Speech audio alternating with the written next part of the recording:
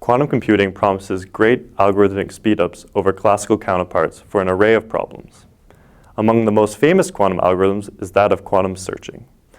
Using Grover's algorithm, quantum computers allow for a quadratic speedup compared to classical searching, and may be used as a primitive in many complex quantum algorithms.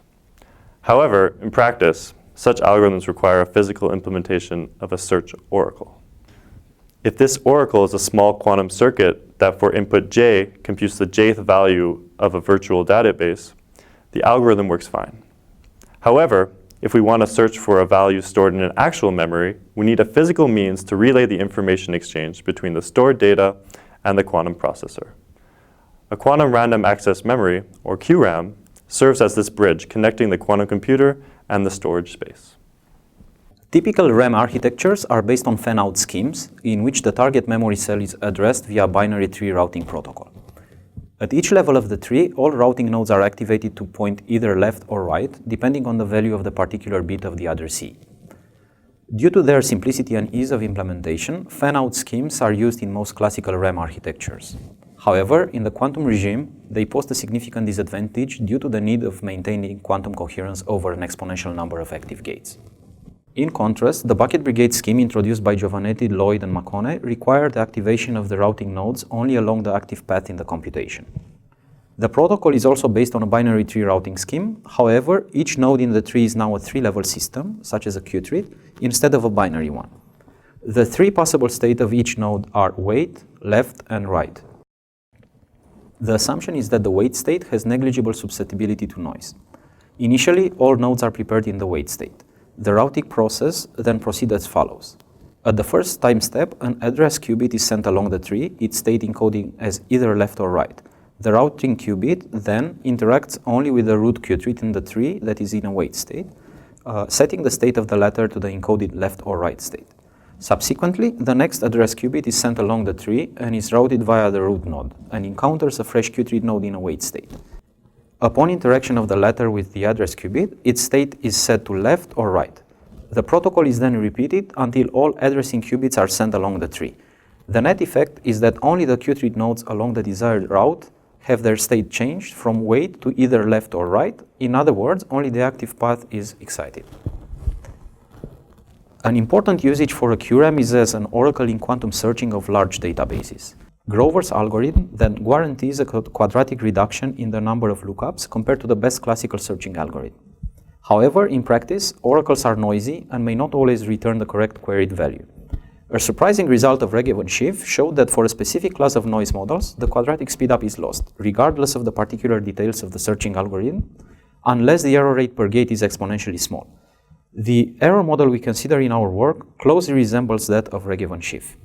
To characterize the performance of the bucket brigade scheme under noise, we consider a simple Bitflip error model for the left-right states. We choose the Bitflip channel as it is one of the simplest forms of noise. In practice, we expect that additional noisy processes, such as dephasing or amplitude damping, could lead to even worse performance. Therefore, investigating the behavior of the bucket brigade QRAM under this form of noise leads to a better understanding of its robustness. Bitflip errors lead to three possible outcomes for the readout. 1. The reading could succeed if none of the excited Q-trits flip throughout the routing process. 2. The reading could reach the wrong memory location if at a given time step, the final excited node flips. Therefore, the resulting branches of the readout path are shifted. 3. The reading could fail altogether if one of the early nodes in the tree undergoes a flip and subsequent path information is lost. As the size of the memory increases, the latter type of error becomes dominant and is impossible to detect without losing coherence. The Bitflip errors we consider result in a noisier oracle model similar to the one of Regev and Schiff. Namely, under such an oracle model, the quadratic speedup promised by Grover's algorithm is lost. One way of overcoming the Regev and Schiff restriction is to reduce the error rate to sufficiently small levels. We require that the error rate of the noisy oracles be inversely proportional to the total number of queries. Therefore, the error rate must decrease exponentially as the size of the classical memory grows. This restriction imposes an architectural constraint such that we need to be able to reduce the error rate to arbitrarily small levels. Luckily, we can do this using quantum error correction. However, we will need to actively error correct each of the nodes. As such, the main attraction of the bucket brigade scheme is lost. The once polynomial number of active gates becomes exponential. We emphasize that our results apply for oracle algorithms that make superpolynomial number of queries, such as Grover's. For algorithms that make a polynomial number of queries, such as quantum machine learning or matrix inversion, the bucket brigade scheme with a polynomially small error rate is still useful. The practical cost of quantumly accessible classical memory is going to play a central role in the practical efficiency of some important quantum algorithms, including those of relevance to quantum cryptanalysis.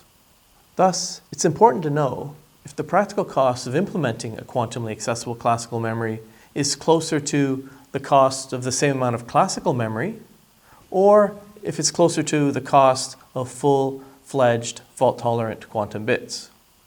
What our work illustrates is that for quantum algorithms with many queries to the classical memory, the currently known methods do not allow us to bypass having a similar amount of fault-tolerant computational qubits. So the practical cost of a quantumly accessible classical memory remains an important open question. We hope our work provides an important foundation to future answers to this question.